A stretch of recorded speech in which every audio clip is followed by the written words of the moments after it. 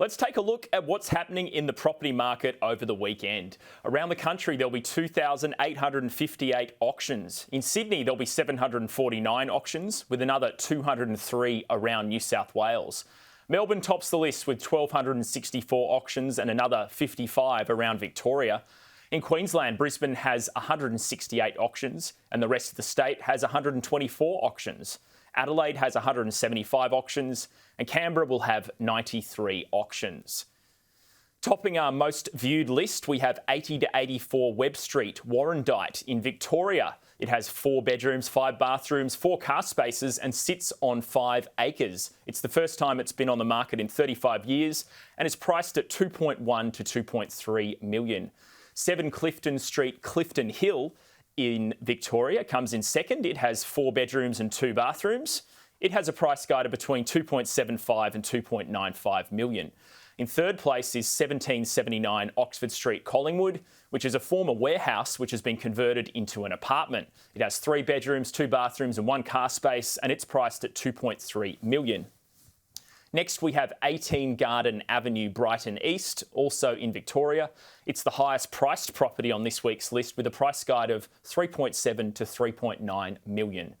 Lastly, we have 20 Old Diamond Creek Road, Diamond Creek in Victoria, priced between 1.1 and 1.2 million. It comes with 4 bedrooms, 3 bathrooms, 3 car spaces and 849 square metres. On to our top listing, and this one has some old world charm to it. It's 81A Walker Road, Seville in Victoria, located about an hour northeast of Melbourne. It has 4 bedrooms, all with built-in robes, plus a master with walk-in robe and full ensuite. The home features a spacious open-plan family lounge and dining areas, which have polished spotted gum timber floors and high ceilings. The home is warmed by a 6-star gas ducted heating system, and the kitchen features an Italian steel Ascot dual oven with rotisserie. Underneath the house is a huge double garage with workshop area, and the garden has an established veggie patch. The property comes with a price guide of $1.15 to $1.25 million. Well, let's bring in Angus Moore, Economist with REA Group. Angus, thanks for coming on the program today. How is the market looking? Is it finally starting to slow down now winter's well and truly arrived? Thanks so much for having me, Ed. So we are starting to see a bit slower pace in the market now that winter's here. This weekend's going to be quite a bit busier than last weekend, though we had public holiday last weekend, which certainly chilled activity. But more broadly, we are starting to see activity slow a bit. Certainly compared to earlier in the year, which in part is because winter's here and winter tends to be a quieter season for auctions and for activity more broadly. But we are also seeing, that's kind of consistent with what we're seeing more broadly in terms of a slowdown in conditions. So measures of buyer demand on realestate.com.au, things like how many people are searching, views per listing, have come off from where they were earlier in the year. Now, they were record levels earlier in the year, so that's not surprising, and they do still remain quite strong, but they have come off a bit.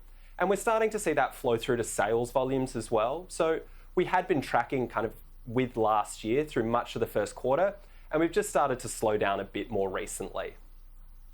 So what does this slowdown and these big increases we're now expecting for interest rates mean for Australian property prices? Yeah, so it's certainly having an impact on property prices. So we saw the first fall nationally last month. So in May, we saw prices down 0.1% according to the PropTrack Home Price Index. And if we're comparing that with, say, 6 months ago, it's actually the fastest slowdown of growth since 1989. Now, in part that's because prices were growing incredibly quickly last year, so we had a long way to slow from. But it's also, in very large part, because we've seen a pretty big turnaround in the RBA's rhetoric and the outlook for policy. Even as recently as 3 months ago, we're expecting to see interest rates not rising until 2023, and certainly the governor was saying as much. But here we are now. We've seen 3 rate rises in 2 meetings, and we're expecting more. So that's having a big impact on prices. Next week is New South Wales budget on Tuesday, and one of the policy items on the agenda is stamp duty reform. Why does the government want to reform stamp duty sector? What are some of the benefits of removing stamp duty for the property market? Yeah, this was really pleasing to see in some of the pre-budget media coverage. stamp duty is one of those taxes that economists really dislike because it's quite an inefficient tax. And the reason for that is that it's basically a tax on moving home. And what that means is that people stay too long in a dwelling that's too small for them, or more problematically, too long in a dwelling that's too big for them. And that's because, it's basically tens of thousands of dollars to downsize your home. And what that means is that, bedrooms are not efficiently allocated. People have spare bedrooms when they don't need them.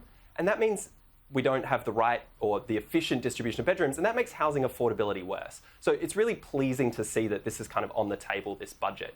Now, we don't have a lot of details on what's been proposed, and obviously, budget's not till Tuesday. We'll find out a lot more then. But the model that's been proposed that we've seen in the coverage pre-budget is an opt-in model. So when you buy a home, instead of paying stamp duty, you could opt to pay an annual land tax, with the catch being that once a property is opted in, it can't then opt back out.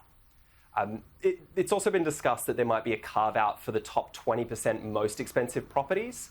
In Sydney, that would account to anything over about $2 million. The reason for that is basically that even though it's only 20% of properties, it accounts for much more than that of stamp duty because they're expensive and thus pay a lot of stamp duty. So it would be a way to kind of mitigate the revenue impacts of any reform like this. Now, whether we'll see it, we're going to have to wait till next week. I hope we do. I think it would be a really positive step forward and a big productivity boosting reform. But there are a lot of hurdles and it will be a difficult reform. And just quickly, is there anything else you're expecting out of the budget, potentially something around housing affordability?